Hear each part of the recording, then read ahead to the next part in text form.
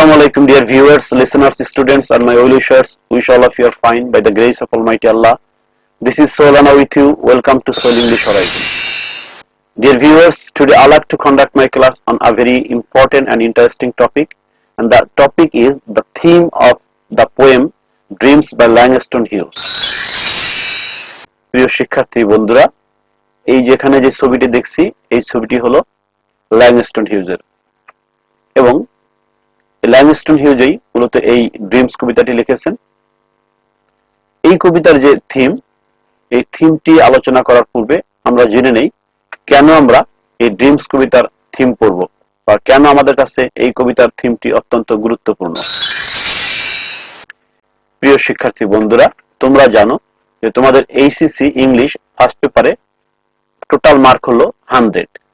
এই 100 মার্কে দুটি ভাগে ভাগ করা হয়েছে। প্রথমটি হলো পার্ট 1 এবং দ্বিতীয়টি হলো পার্ট 2। এই পার্ট 2 তে মার্ক হলো 40 মার্ক, এবং এখানে যে কোশ্চেন নং 11 আছে সেখানে মূলত একটি পোয়েম থাকে, দ্যাট ইজ একটি কবিতা থাকে, এবং সেই কবিতা থেকে একটি সামারি লিখতে হয়। 50 ওয়ার্ডস এর মধ্যে একটি সামারি লিখতে হয়, এবং এখানে টোটাল মার্কস আছে 8। এবং তোমরা যদি খুব ভালো করে সামারিটা লিখতে পারো তাহলে অনেক ভালো একটা নাম্বার তোমরা পাবা। প্রিয় শিক্ষার্থী বন্ধুরা, তোমরা আগেই জেনেছো যে এই ড্রিমস কবিতাটি লিখেছেন ল্যাংস্টন হিউজ, এবং এই কবিতাটি তোমাদের ইংলিশ ফর টুডে বইয়ের ইউনিট 3 লেসন 2 তে আছে। দ্যাট ইজ এই বছর 2020 যে লাস্ট এডিশন সেপ্টেম্বরে বের হয়েছে, এই বইয়ের ইউনিট 3 লেসন 2। তো এই কবিতাটি পড়ার আগে বা এই কবিতার থিম নিয়ে আলোচনা করার আগে আমরা আমাদের এই কবি ল্যাংস্টন হিউজ তার সম্পর্কে আমরা কিছুটা জানবো। Now let's talk about Langston Hughes. The full name of Langston Hughes is James Marker Langston Hughes. Langston Hughes এর পুরো নামটা হয় James marker Langston huge.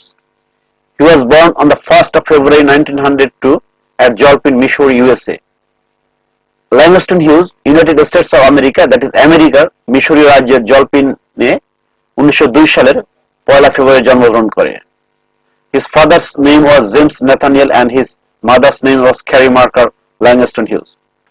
Langston Hughes এর বাবার নাম ছিল জেমস নাথানিয়েল এবং তার মায়ের নাম ছিল carry marker Langston huge. But unfortunately, they were detached immediately as soon as their son was born. অত্যন্ত দুঃখজনক যে যেইমাত্র ল্যাংস্টন হিউজ জন্মগ্রহণ করে ঠিক তখনই তার বাবা এবং মা ডিট্যাচড হয়ে যায়, তাদের মধ্যে যে বিবাহ বন্ধন সেটা বিচ্ছিন্ন হয়ে যায়, এবং আমাদের ল্যাংস্টন হিউজ তাদের থেকে আলাদা হয়ে যায়। Now we'll talk about his famous works or his activities. Langston Hughes was an American poet, essayist, novelist and playwright. আমরা আগে জেনেছি যে ল্যাংস্টন হিউজ জন্মগ্রহণ করেছিলেন ইউএস এর মিসৌরি রাজ্যের জলপিনে 1902 সালে, এবং এই ল্যাংস্টন হিউজ ছিলেন একজন আমেরিকার একজন বিখ্যাত কবি, একজন প্রাবন্ধিক, একজন ঔপন্যাসিক এবং একজন নাট্যকার, একজন কলাম লেখক এবং একজন সমাজকর্মী। He was the leader of the Harlem Renaissance. Langston Hughes Harlem রেনেসান্সের একজন নেতা ছিলেন। তাহলে এখন জানা দরকার যে হার্লেম রেনেসান্সটা কি। সে হার্লেম রেনেসান্সের একজন নেতা ছিলেন, একজন অগ্রদূত ছিলেন, কিন্তু আমাদের জানা দরকার যে হার্লেম রেনেসান্সটা কি। হার্লেম ছিল যুক্তরাষ্ট্রের নিউ ইয়র্কের একটি ডিস্ট্রিক্ট, এবং এই ডিস্ট্রিক্টটা মূলত ব্ল্যাক পিপল অধ্যুষিত, দ্যাট ইজ এখানে আফ্রো আমেরিকান পিপল, কালো লোকরা এখানে বসবাস করে, কিন্তু এই কালো লোকদের অধিকার থেকে কালো লোকরা, দ্যাট ইজ কৃষ্ণাঙ্গ পিপলরা বঞ্চিত, এবং তারা প্রায় সময় তারা বিভিন্ন ভাবে তারা নির্যাতিত হতো, তাদের অধিকার থেকে তারা বঞ্চিত হতো, তারা তাদের মিনিমাম অধিকার তারা ভোগ করতে পারতেন না, এবং সবসময় শ্বেতাঙ্গদের সাথে কালোদের একটি দ্বন্দ্ব লেগেই থাকতো। এবং শুধু তাই নয়, যে কালোদের যে সাহিত্য, তাদের কৃতকর্ম সবগুলো মূলত কি ছিল, সবকিছু থেকে তারা মূলত বঞ্চিত ছিল। আর রেনেসান্স অর্থ হলো রিভার বা revival, revival of of the literature of the black people, অর্থাৎ পুনর্জাগরণ, কালো লোকদের সাহিত্যের, সংস্কৃতির, আচার, তাদের রীতিনীতির পুনর্জাগরণ। তাহলে হার্লেম রেনেসান্স হলো মূলত ব্ল্যাক পিপলদের সাহিত্যকর্মের পুনর্জাগরণ। আর এই সাহিত্যকর্মের পুনর্জাগরণের যে যে নেতৃত্ব, এই হার্লেম রেনেসান্সের যে নেতৃত্ব, সেটা দিয়েছিলেন Langston huge. He wanted to bring a change in the lives of the black people. এই এই এই রেনেসান্সের মাধ্যমে, এই হার্লেম রেনেসান্সের মাধ্যমে এবং তার লেখার মাধ্যমে সে সবসময় ব্ল্যাক পিপল, দ্যাট ইজ কালো লোক, কৃষ্ণাঙ্গ যে মানুষগুলো আছেন, সেই সেই মানুষগুলোর ভাগ্যে সবসময় একটা পরিবর্তন আনতে চেয়েছিলেন আমাদের Langston huge. He promoted equality, condemned racism and injustice, and celebrated African American culture through his poetry, novels, plays, essays, and children's books. Langston huge তার লেখালেখি, দ্যাট ইজ তার কবিতা, তার উপন্যাস, তার নাটক, তার প্রবন্ধ এবং তার যে শিশু সাহিত্য কর্ম আছে, সবকিছুর মধ্যে মূলত সে ইকুয়ালিটির কথা বলছেন, সমতার কথা বলছেন, এবং সে সবসময় রেসিসিজম, দ্যাট ইজ জাতিগত যে বৈষম্য, সেই বৈষম্যটা সে তুলে ধরেছেন, এবং জাতিগত বৈষম্যকে যে সে ঘৃণা করতেন সেটা সে তুলে ধরেছেন, এবং ইনজাস্টিস, অর্থাৎ সাদাদের দ্বারা যে কালোরা ইনজাস্টিস, বা কালোদের দ্বারা যদি সাদারা ইনজাস্টিস হইতো, বা সেখানে যদি একজন আরেকজন দ্বারা নির্যাতিত হইতো, সেইগুলোকে সে সবসময় তার লেখালেখির মাধ্যমে তুলে ধরতে চেয়েছিলেন। এছাড়াও সে কালো পিপলদের যে সাহিত্যকর্ম এবং দ্যাট ইজ আফ্রিকান আমেরিকান যে কালচার, তাদের যে সাহিত্যকর্ম, সে তার এই লেখালেখির মাধ্যমে, তার এই উপন্যাস, তার নাটক, তার গল্প, সবকিছুর মাধ্যমে মূলত সে এগুলো তুলে ধরতে চেয়েছিলেন।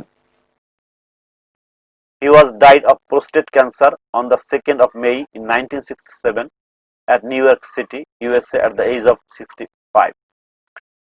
ল্যাংস্টন হিউজ মাত্র 65 বছর বয়সে 1966 সালে ইউনাইটেড স্টেটস অফ আমেরিকার নিউ ইয়র্ক সিটিতে প্রোস্টেট ক্যান্সারে মারা যান। প্রিয় শিক্ষার্থী বন্ধুরা, আমরা এই ল্যাংস্টন হিউজ সম্পর্কে কিছুটা জানলাম। এবার আমরা ল্যাংস্টন হিউজের যে বিখ্যাত কবিতা ড্রিমস, সেই কবিতাটি পড়ব। Dreams by Langston Hughes. Hold fast to dreams, for if dreams die, life is a broken winged bird that cannot fly. Hold fast to dreams, for when dreams go, life is a barren field frozen with snow. প্রিয় শিক্ষার্থী বন্ধুরা, আমরা কবিতাটি পড়লাম। এবার এই কবিতার যে কিছু গুরুত্বপূর্ণ শব্দ আছে, সেই শব্দগুলোর বা কিছু ফ্রেজ আছে, সেই শব্দ এবং ফ্রেজগুলোর অর্থ জানবো, এবং ঠিক তারপরে আমরা এই কবিতাটি আরেকবার পড়ব। Meanings of most important words or phrases. এখানে প্রথম যে শব্দটি আছে সেটা হলো হোল্ড। এই হোল্ড অর্থ আমরা জানি ধরে রাখা, আঁকড়ে ধরা। এর আরো কিছু শব্দ, ইংরেজি প্রতিশব্দ বলা যায় ক্যারি অন। এখানে ধরে রাখা মানে কি, কোনো কিছু ধরে রাখা মানে কি, সেটাকে ক্যারি অন করা, দ্যাট ইজ সবসময় ধরে রাখা, ক্যারি অন, চালিয়ে যাওয়া, ক্যারি অন। কন্টিনিউ, তো আমরা জানি কি কন্টিনিউ অর্থ চলমান, কন্টিনিউ। স্টিক টু, লেগে থাকা। মূলত এখানে হোল্ড হলো শক্ত করে ধরে রাখা, কঠিন ভাবে ধরে রাখা। আর এখানে ঠিক হোল্ড এবং ফাস্ট দুটি শব্দ যদিও একসাথে আছে, আমি একটু আলাদা করে দিয়েছি। ফাস্ট, এই ফাস্ট অর্থ হলো এখানে শক্তভাবে, কঠিনভাবে, স্ট্রংলি, টাইটলি। তাহলে হোল্ড ফাস্ট, এই দুটি শব্দ যখন একটি ফ্রেজ হয়ে যায়, তখন তার অর্থ হলো শক্ত করে ধরে রাখা, শক্তভাবে ধরে রাখা, কঠিনভাবে ধরে রাখা, যাতে সে ফসকে না যায়, খসে না যায়, ছিঁড়ে না যায়, হারিয়ে না যায়। Next, broken wing bird. এটার যে প্লেন মিনিং, এই প্লেন মিনিং অর্থ হলো এখানে ডানা ভাঙা পাখি। ব্রোকেন অর্থ আমরা জানি ভাঙা, উইং মানে ডানা, তাহলে অর্থ দাঁড়ায় ডানা ভাঙা পাখি। ব্রোকেন উইং বার্ড, ডানা ভাঙা পাখি। বার্ড দ্যাট ক্যানট ফ্লাই, এটা হলো তার সারফেস মিনিং। আসলে ব্রোকেন উইং বার্ড দ্বারা কি বোঝালো? Here it symbolises aimless life, অর্থাৎ এখানে ব্রোকেন উইং বার্ড বলতে বোঝাচ্ছে এরকম একটা পাখিকে বোঝাচ্ছে যে পাখি কি করতে পারে না, উঠতে পারে না, সে সব সময় স্থলে পড়ে থাকে, সে মুভমেন্ট করতে পারে না, নড়াচড়া করতে পারে না, সে একটা পঙ্গু। ঠিক তেমনি এখানে এই ব্রোকেন উইং বার্ড দ্বারা এটার যে ইনার মিনিং আছে, দ্যাট ইজ আন্ডার মিনিং আছে, তা হলো এমলেস লাইফ, অর্থাৎ যে জীবনে কোনো লক্ষ্য নেই, যে জীবনে কোনো আশা নেই, যে জীবনে কোনো ভরসা নেই, যে জীবনে কোনো কিছু চিন্তা করতে পারে না, সেই জীবনটাকে মূলত বলা হলো এখানে aimless life. Next, barren field, বিরান ভূমি। এখানে এই বিরান ভূমির বলতে আমরা বুঝি এরকম একটা ভূমি, অসার একটা ভূমি যেখানে কোনো ফসল ফলে না, এই ভূমিকে মূলত বলা হয়েছে বিরান ভূমি বা বন্দা ভূমি। An unproductive land which can not produce anything, that is এরকম একটা ভূমিকে এখানে বোঝাচ্ছে, এরকম একটা জমিকে বোঝাচ্ছে যেখানে কৃষকরা কোনো কিছু চাষ করতে পারে না, কোনো কিছু আবাদ করতে পারে না, চাষ করলে বা আবাদ করলেও সেখানে কোনো ফসল ফলে না। কিন্তু এটা তো হলো plain meaning, that is surface meaning. তো এই সারফেস মিনিং এর পরও একটি ইনার মিনিং থাকে, দ্যাট ইজ একটা প্রত্যেকটা কবিতার ক্ষেত্রে একটা হিডেন মিনিং থাকে, অর্থাৎ বলে একটা বোঝাচ্ছে আর্থ। এখানে কি বোঝাচ্ছে? Here it represents lifelessness, uselessness of life, অর্থাৎ এখানে জীবনহীন, অর্থাৎ যেখানে কোনো জীবন থাকে না, যে মানুষের কোনো জীবন থাকে না, আত্মা থাকে না, সেই জীবনটা কি হয়ে যায়? সেই জীবন তো অসার, সেই জীবনে কোনো কিছু চিন্তা করতে পারে না। ইউজলেসনেস, যেখানে যার কোনো ব্যবহার নেই, অর্থাৎ সেই জীবন সেই কোনো কিছু, যে জীবনে কোনো কিছু চিন্তা করতে পারে না, যে জীবনের কোনো লক্ষ্য নেই। যেমন আমরা আগেই পড়েছিলাম যে বোট উইদাউট এ রাডার, যে নৌকার কোনো কি নেই, কোনো রাডার নেই, দ্যাট ইজ বৈঠা নেই, সেই নৌকা কি করে? সেই নৌকা নদীর ভিতরে এদিক সেদিক কি করে, মুভ করে, সে পারে পৌঁছতে পারে না। এখানেও একটা ব্যারেন ফিল্ড যেরকম কি করতে পারে না, কোনো কিছু উৎপন্ন করতে পারে না, কোনো ফসল ফলাতে পারে না, ঠিক তেমনি একজন মানুষ যার জীবনে কোনো লাইফ নেই, যার জীবনে কোনো লক্ষ্য নেই, এম নেই, হোপ নেই, হোপলেস যে মানুষটি, সেই মানুষটি আসলে মূলত এরকম এই বিরান ভূমির মতো অসার। সে জীবনে নিজের জন্য কিছু করতে পারে না, সে তার পরিবারের জন্য কিছু করতে পারে না, সে তার সমাজের জন্য কিছু করতে পারে না, সে তার রাষ্ট্রের জন্য কিছু করতে পারে না। মূলত is a burden of the society, of the family, of the state, that is রাষ্ট্রের জন্য, সকলের জন্য সে একটা বোঝা। ঠিক এরকম একটা জীবনের কথা এখানে এই ব্যারেন ফিল্ড দ্বারা বোঝানো হয়েছে। নেক্সট, ফ্রোজেন, বরফাচ্ছাদিত, something which is covered with ice or snow, অর্থাৎ এই যে ব্যারেন ফিল্ড, এরকম একটা ফিল্ড যেটা তুষারাবৃত, বরফে ঢাকা, এবং যেই জমিতে মূলত বরফ পড়ে থাকে সেখানে মূলত কোনো কিছুই কি হয় না, উৎপন্ন হয় না। হ্যাঁ, সবকিছু যখন বরফে ঢাকা থাকে সেখানে কোনো কিছুর ফলন হয় না। ঠিক এই ব্যারেন ফিল্ডটাও যেরকম, আমাদের মানুষের জীবনটা ওরকম, যেই জীবনে কোনো আশা থাকবে না, যেই জীবনে কোনো লক্ষ্য থাকবে না, যেই জীবনে আসলে আমরা যদি লক্ষ্য না থাকে তাহলে আমরা কোথায়? সবসময় এক জায়গায় থাকবো, অর্থাৎ আমাদের জীবনটা স্ট্যাগনেট হয়ে থাকবে, আমরা এক জায়গায় স্থির হয়ে থাকবো, আমরা জীবনে কোনো কিছুই করতে পারবো না। আমাদের যদি আশা না থাকে, মানুষ বাঁচে আশা আর দেশ বাঁচে ভালোবাসায়, আমাদের যদি সেই আশা না থাকে তাহলে আমরা বাঁচবো কিভাবে? আমরা যে এই যে আমাদের যে গড়ায়ু 60 বছর বা 65 বছর, যত বছরে আমরা বাঁচি, আমাদের যদি আশাই না থাকে তাহলে তো আসলে আমরা জীবিত মৃত্যু হয়ে বেঁচে থাকবো। প্রিয় শিক্ষার্থী বন্ধুরা, এতক্ষণ আমরা এই কবিতার কিছু গুরুত্বপূর্ণ শব্দ এবং ফ্রেজের বাংলা অনুবাদ করে বাংলা অর্থ জেনে এই কবিতার যে সারফেস মিনিং এবং এই কবিতার যে ইনার মিনিং তার সম্পর্কে জানলাম। এখন আমরা এই কবিতাটি আবার পড়ব এবং এর বাংলা অনুবাদ করব, তারপরে আমরা এই কবিতার যে থিম, সেই থিম নিয়ে আলোচনা করব।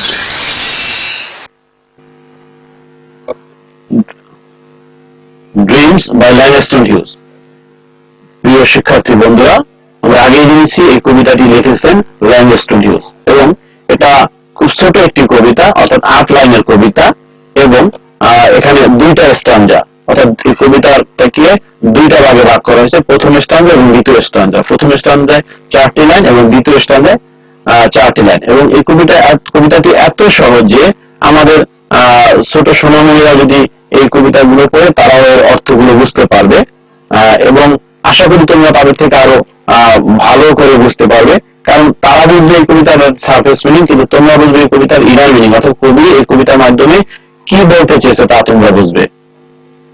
এখানে প্রথম যে লাইনটি আছে, হোল্ড ফাস্ট টু ড্রিমস, প্রথমে কিন্তু একটা অ্যাডভাইস, এবং একটু বলে রাখছি এটা হলো মূলত একটি মোটিভেশনাল পোয়েম। এটা এই কবিতার মাধ্যমে কবি মাস পিপলকে অর্থাৎ সকল ধরনের মানুষকে সে মোটিভেট করতে চাইছে। মূলত এই কবিতার মাধ্যমে সে তার যে এই যে ব্ল্যাক পিপল ছিলেন, সেই তাদের কৃষ্ণাঙ্গ যে মানুষ ছিলেন, সেই মানুষরা যে শ্বেতাঙ্গদের বিরুদ্ধে তাদের অধিকার আদায়ের জন্য যে যুদ্ধ করেছিলেন, সেই যুদ্ধ করতে করতে এক সময় তারা আসলে নিরাশ হয়ে যাচ্ছিলেন। ঠিক তাদেরকে উৎসাহিত করার জন্য কবি মূলত এই কবিতাটি লিখেছেন, এই ড্রিমস কবিতাটি লিখেছেন। তো প্রাথমিক অবস্থা পার্টিকুলারলি ভাবে যদিও সে কালো পিপলদের উদ্দেশ্য করে বা তাদের মানুষগুলোকে উদ্দেশ্য করে এই কবিতাটা লেখা, কিন্তু একটি পর্যায়ে এটা জেনারেলাইজড হয়েছে, অর্থাৎ এটা তারা সমস্ত পৃথিবীর সমস্ত মানুষকে মূলত সে উৎসাহিত করতে চেয়েছেন। এবং এই ড্রিমস বলতে এখানে মূলত কবি কোনো ঘুমিয়ে ঘুমিয়ে যে ড্রিম, সেই ড্রিমস এর কথা বলা হয়নি। এটা রাতে ঘুমিয়ে ড্রিমস এর কথা বলা হয়নি। এই ড্রিম দ্বারা মূলত কবি জেগে জেগে স্বপ্ন, দিনের বেলায় যে জেগে জেগে স্বপ্ন দেখা, সেই স্বপ্নের কথা বলেছেন। মূলত ড্রিমস দ্বারা একটা হোপকে বোঝানো হয়েছে এবং একটা এইমকে বোঝানো হয়েছে, তার লক্ষ্য, জীবনের লক্ষ্য, জীবনের যে উদ্দেশ্য, জীবনের যে আশা, সেই তাকেই সে মূলত এখানে রিপ্রেজেন্ট করছে। আমরা কবিতাটি পড়ে নেই। হোল্ড ফাস্ট টু ড্রিমস, প্রথম লাইনের মাধ্যমে কবি মূলত এখানে একটা অ্যাডভাইস দিয়েছেন আমাদেরকে। হোল্ড ফাস্ট টু ড্রিমস, এখানে হোল্ড ফাস্ট আগে জেনেছি আমরা যে হোল্ড ফাস্ট অর্থ কি, শক্ত করে ধরা, কঠিন ভাবে ধরা, আঁকড়ে ধরা, যাতে ড্রিমসটা কখনো খসে না পড়ে, আমাদের ভিতর থেকে চলে না যায়, আমাদের হৃদয়ের থেকে ড্রিমস না যায়, আমাদের স্বপ্ন দেখা বন্ধ না করি। কেন বলছে এটা?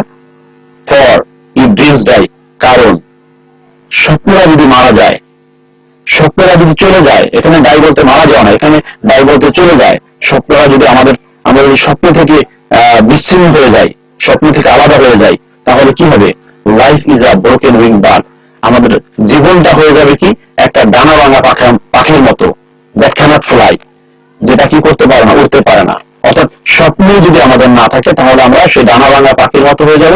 ডানা ভাঙা পাখি যেমন এই যে একটি জমিতে স্থির হয়ে পড়ে থাকে, সে মুভমেন্ট করতে পারে না, আমাদের জীবনেও আমরা কি করতে পারবো না, কোন মুভমেন্ট করতে পারবো না, আমরা সামনের দিকে যেতে পারবো না, আমরা যেখানে আছি ওখানে আমরা স্থির হয়ে থাকবো, আমরা নিরাশ হয়ে যাব, আমরা কোনো কিছু করতে পারবো না, আমাদের উন্নতি, সেই উন্নতি হবে না। আমরা আজকের যে ফেসবুক ব্যবহার করছি, সেই ফেসবুক যদি আমাদের ড্রিম না থাকে, মার্ক জুকারবার্গের যদি কোনো ড্রিমস না থাকতো, তাহলে আমরা মূলত ফেসবুক পেতাম না, আমরা ইউটিউব পেতাম না, আমরা আজকের যে প্লেন, সেই প্লেন পেতাম না, আমরা যে এই যে সভ্যতায় বসবাস করতেছি, সেই সভ্যতা আমরা পেতাম না।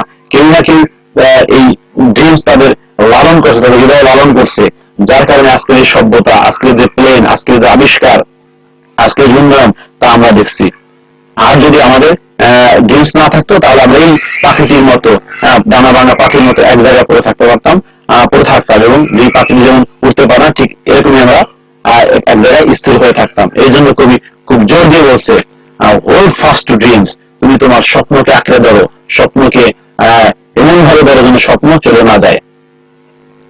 Next, second স্ট্যান্জা, hold fast to dreams, কবি আবার একই লাইন, একই ফ্রেজ সে কি করছে, আবার সে পুনরাবৃত্তি করেছে, হোল্ড ফাস্ট টু ড্রিমস। অর্থাৎ এখানে এই যে হোল্ড ফাস্ট টু ড্রিমস, এটা দিয়ে কবি গুরুত্ব আরোপ করছেন, এমফাসিস করছেন এই লাইনটির প্রতি, স্বপ্নের প্রতি, স্বপ্নের যে গুরুত্বপূর্ণ ইম্পর্টেন্স অফ ড্রিমস। অর্থাৎ কবি highlights the importance of dreams. Say wants to show emphasis on the importance of dreams. স্বপ্ন যে কতটা গুরুত্বপূর্ণ জীবনে, সেটাই কবি এখানে মূলত তুলে ধরতে চেয়েছেন এই হোল্ড ফাস্ট টু ড্রিমস এই লাইনটি দ্বারা। Hold fast to dreams, for when dreams go, life is a barren field, frozen with snow. কবি বলতে চেয়েছেন স্বপ্নকে আঁকড়ে ধরো, কঠিন ভাবে আঁকড়ে ধরো, আঁকড়ে ধরো, কারণ স্বপ্নরা যদি চলে যায়, যখন স্বপ্ন চলে যাবে, তখন তোমার জীবনটা কি হয়ে যাবে, এটা ব্যারেন ফিল্ডের মতো, সেই অনির্ভর জমির মতো, সেই অসার জমির মতন, সেই বন্ধা জমির মতন। বন্ধা জমি যেমন কোনো কিছু ফলাতে পারে না, কোনো ফসল উৎপাদন করতে পারে না, ঠিক তেমনি তোমার জীবনটা কি হয়ে যাবে, সেই বন্ধা জমির মতো হয়ে যাবে। বন্ধা জমিটা যেমন কি frozen with snow, that is তুষারাবৃত থাকে, তুষার দ্বারা আচ্ছাদিত থাকে, সেখানে কোনো কিছু ফলন হয় না, ও কৃষক যেমন সেখানে কোনো ফসল ফলাতে পারে না, ঠিক তেমনি তুমি যদি তোমার স্বপ্নকে যেতে দাও, স্বপ্ন যদি তোমার থেকে চলে যায়, তুমি যদি কোনো স্বপ্ন না দেখো, তুমি যদি তোমার জন্য যদি কোনো লক্ষ্য না থাকে, তোমার জন্য কোনো উদ্দেশ্য না থাকে, এইম না থাকে, you are the light as a broken winged bird or a barren field. প্রিয় শিক্ষার্থী বন্ধুরা, আমরা এতক্ষণ কবিতার লাইন বাই লাইন পড়ে আমরা কবিতার যে ইনার মিনিং, সেই ইনার মিনিংটা জানলাম। Now let's look at the theme of theme. এটা হলো এই কবিতার মূল থিম, এবং এই থিমের মাধ্যমে কবি আসলে একটা মেসেজ দিতে চাচ্ছেন আমাদের, আমরা যারা পাঠক, এই কবিতার পাঠক, সেই পাঠকদের একটা মেসেজ দিতে চাচ্ছেন। আমরা এই কবিতার থিমটা এখন পড়বো এবং আমরা সেই মেসেজটি পাবো। The poem Dreams by Langston Hughes is a short motivational poem, যেটা আগেই বলেছিলাম যে এই ড্রিম কবিতাটি একটা ছোট কবিতা, এবং এই কবিতাটি হলো একটি মোটিভেশনাল, উৎসাহমূলক। সে উৎসাহ দিতে চেয়েছে তার মানুষকে, এবং বিশেষ করে তার মানুষকে, এবং আমরা যদি সাধারণভাবে বলতে চাই তাহলে পৃথিবীর সকল মানুষকে। সে যে সকল মানুষ নিরুৎসাহিত, তারা যাদের ভিতরে কোনো কর্ম চঞ্চলতা নেই, যাদের জীবনে কোনো লক্ষ্য নেই, যারা লক্ষ্যভ্রষ্ট হয়ে গেছে, তাদের ভিতরে কোনো আশা নেই, সেই সকল মানুষদের জন্য মূলত কবি এই কবিতা লিখেছেন। এবং এই জন্যই সে খুব অল্প কথায়, খুব ছোট করে, মাত্র 2টা স্ট্যান্ডের মাধ্যমে সে একটা মোটিভেশনাল কবিতা সে লিখেছেন। In the poem, the poet highlights the importance of dreams in every aspects of life. এই কবিতার মাধ্যমে স্বপ্ন যে অত্যন্ত গুরুত্বপূর্ণ, আমাদের জীবনের প্রতিটি ক্ষেত্রে যে স্বপ্নের গুরুত্ব আছে, স্বপ্নের গুরুত্ব রয়েছে, তাই মূলত যে স্বপ্নের গুরুত্ব, এটাই মূলত কবি এখানে হাইলাইট করছেন, আলোকপাত করছেন। স্বপ্নের গুরুত্বটা এই কবিতায় কবি তুলে ধরেছেন। He synonymizes dreams with hope. কবি স্বপ্নকে হোপের সমর্থক হিসাবে ভেবেছেন, এবং বলেছেন যে ড্রিমস এবং হোপ মূলত একই জিনিস। এবং মানুষের ভিতরে যদি আশা না থাকে, স্বপ্ন না থাকে, আকাঙ্ক্ষা না থাকে, তাহলে সে কি হয়ে যাবে? সে ওই দানা বানা পাখির মতো অথবা ব্যারেন ফিলের মতো হয়ে থাকবে। মানুষ এক জায়গায় স্ট্যাগনেট, দ্যাট ইজ স্থির হয়ে থাকবে, সে জীবনে সামনের দিকে আগাতে পারবে না। To the poet, life is meaningless, hopeless and inactive without dreams. উনি বলতে চাচ্ছেন যে আসলে আশা ছাড়া এবং এই আশা ছাড়া মানুষের, লক্ষ্য ছাড়া মানুষের জীবনটা হলো কি ইনঅ্যাক্টিভ, নিষ্ক্রিয়, অর্থহীন একটা জীবন, এবং এই যে জীবনের কোনো মানে নেই। এই জীবনে বেঁচে থাকা বা না থাকা একই জিনিস, এবং এই জীবনটা হলো কি জীবন্ত মৃত্যু। একটা মানুষ শুধুমাত্র কি ফিজিক্যাল একটা তার একটা অ্যাপিয়ারেন্স থাকে পৃথিবীতে, সে শারীরিক ভাবে সে বেঁচে থাকে, কিন্তু আসলে সে জীবন্ত মৃত্যু। আসলে মূলত এই জীবনের কোনো অর্থ নেই, থাকা এবং না থাকা একই কথা। Dreams are the locomotive power of human progress. উনি বলতে চেয়েছেন এই যে মানুষের অগ্রগতি, মানুষের উন্নয়ন, সেই উন্নয়নের পিছনে যে চালিকা শক্তি, সেটা মূলত ড্রিম। লোকোমোটিভ পাওয়ার মানে চালিকা শক্তি, হিউম্যান প্রোগ্রেস, মানব উন্নয়ন। এই মানব উন্নয়নের যে চালিকা শক্তি, আজকে যে সভ্যতা, আজকে যে বিজ্ঞানের অগ্রগতি, আজকে যে ক্যান্সারের মানুষ কি উন্নয়ন করতে যাচ্ছে, ক্যান্সার রোগটাকে মানুষ জয় করতে যাচ্ছে। আজকে যে আমাদের করোনা ভাইরাস, কোভিড-19 যে টিকা বের হয়ে গেছে, এবং সেটা মূলত এই মানুষের ভিতরে একটা ড্রিম, বেঁচে থাকার যে স্বপ্ন, সেই স্বপ্ন থেকে মূলত কিন্তু মানুষ এই উন্নয়ন করেছে। মানুষ এক সময় যক্ষার ওষুধ ছিল না, সেই যক্ষা থেকে এখন কি মানুষ মুক্তি পেয়েছে। Without dream, life is like a broken winged bird which cannot fly, and a snow-covered field which cannot produce any crops. আসলে স্বপ্ন ছাড়াই, একই কথা বারবারে, স্বপ্নের গুরুত্ব দিতে গিয়ে কবি সে একই কথাকে বারবারে রিপিট করছেন যে without life is a broken winked bird. স্বপ্ন ছাড়া মূলত মানুষের জীবনটা হলো একটা দানা বানা পাখির মতন, যে পাখি উঠতে পারে না, এবং একটা স্নো কভার, তুষারাবৃত একটা একখণ্ড জমি, যে জমি কোনো কিছুই উৎপন্ন করতে পারে না, যে জমি থাকা না থাকা একই কথা, আনপ্রোডাক্টিভ, যেখানে কিছু আগাছা হয়ে থাকে। ঠিক মানুষের জীবনটা মূলত এরকমই। যে শিক্ষার্থী বন্ধুরা, যেহেতু আমাদের জীবনে স্বপ্ন আছে, আর স্বপ্ন আছে বলে আমরা একটা সুন্দর দেশে বসবাস করতেছি, আমরা এখনো বেঁচে আছি। আমাদের প্রিয় নেতা বঙ্গবন্ধু শেখ মুজিবুর রহমান একটি দেশের মানচিত্র দেখেছিলেন, একটা স্বাধীন দেশ দেখছিলেন, একটা শোষণমুক্ত একটা সমাজ দেখেছিলেন, সামাজিক মুক্তি দেখেছিলেন, অর্থনৈতিক মুক্তি দেখেছিলেন, এবং একটি স্বপ্ন দেখেছিলেন। তার সেই স্বপ্নটাই মূলত কি, সে স্বপ্ন দেখেছিলেন বলে কিন্তু আজকে আমরা বাংলাদেশি। আমরা বাংলাদেশ না, নামক একটি দেশে বসবাস করতেছি। সো স্বপ্ন যে অত্যন্ত গুরুত্বপূর্ণ তাই মূলত কিন্তু কবি এখানে তুলে ধরতে চেয়েছেন। সো যেহেতু গুরুত্বপূর্ণ, so we should hold on to the dreams strongly. এই স্বপ্নকে আমাদেরকে কি করতে হবে? কঠিন ভাবে আঁকড়ে ধরতে হবে, শক্তভাবে ধরতে হবে। জীবনের স্বপ্নকে লালন করতে হবে যতদিন কি আমরা বেঁচে থাকি, আনটিল ডেথ, মৃত্যুর আগের দিন পর্যন্ত আমাদের ভিতরে স্বপ্ন লালন করতেই হবে। এই স্বপ্নটা যেন হয় আমাদের পজিটিভ স্বপ্ন, এই স্বপ্নটা যেন হয় আমাদের বাঁচার স্বপ্ন, এই স্বপ্নটা যেন হয় আমাদের অগ্রগতির স্বপ্ন, এই স্বপ্নটা যেতে হয় আমাদের দেশের নিয়ে স্বপ্ন, এই স্বপ্নটা যেতে হয় একটি সুন্দর কিছুর স্বপ্ন। প্রিয় শিক্ষার্থী বন্ধুরা, এই যে থিমটি, এই থিমটি পড়লে তোমরা, আমার বিশ্বাস তোমরা অত্যন্ত ভালো একটা নাম্বার এখানে পাবা, অনেক নাম্বার তোমরা পাবা, অর্থাৎ 8 এর মধ্যে তোমরা ভালো একটা নাম্বার তোমরা এই থিমটি পড়লে পেতে পারো। তবে আমি তোমাদেরকে আমার এই থিমটি পড়ার জন্য খুব বেশি একটা উৎসাহিত করছি না, কারণ আমার থিম লেখা, এটা আমি লিখেছি, এটা আমি শিখতে পেরেছি, কিন্তু তোমরা কিন্তু ঠিক ওইভাবে থিমটা লিখতে পারো না, থিম লেখা শিখলে না। তোমরা থিম নিজের থেকে লেখার চেষ্টা করো, তোমরা নিজেরা ফ্রি হ্যান্ড রাইটিং বাসায় বসে বসে এই কবিতা পড়বা, বিভিন্ন কবিতা পড়বে, বিভিন্ন টেক্সট পড়বে এবং নিজেরাই থিম লিখতে চেষ্টা করবা, তাহলে তোমার ফ্রি হ্যান্ড রাইটিংটা ডেভেলপ হবে। আমি আশা করি তোমরা নিজেরা থিম লিখবে, নিজেরা পড়বে, তারপরে তোমরা নিজেরা থিম লিখবে, তাহলে তোমাদের নিজের উন্নয়ন হবে। প্রিয় শিক্ষার্থী বন্ধুরা, আশা করছি আমার এই শুরু থেকে শেষ পর্যন্ত আলোচনাটি তোমাদের ভালো লেগেছে। যদি অনেক বেশি কথা বলেছি, কারণ বেশি কথা না বললে আসলে আমাদের কবিতাটি আসলে বোঝানো কষ্ট হয়ে যাবে। আশা করছি তোমাদের এই কবিতাটি ভালো লেগেছে। যদি তোমাদের ভালো লেগে থাকে তাহলে অবশ্যই লাইক এবং শেয়ারে হিট করো, এবং at the same time comment বক্সে কমেন্ট করো, এবং চ্যানেলটি যদি সাবস্ক্রাইব করে না থাকো তাহলে অবশ্যই সাবস্ক্রাইব করো এবং বেল আইকনে ক্লিক করে রাখো, যাতে নতুন কোনো ভিডিও আপলোড করলেই তোমরা ভিডিওটি পেতে পারো। Thank you very much.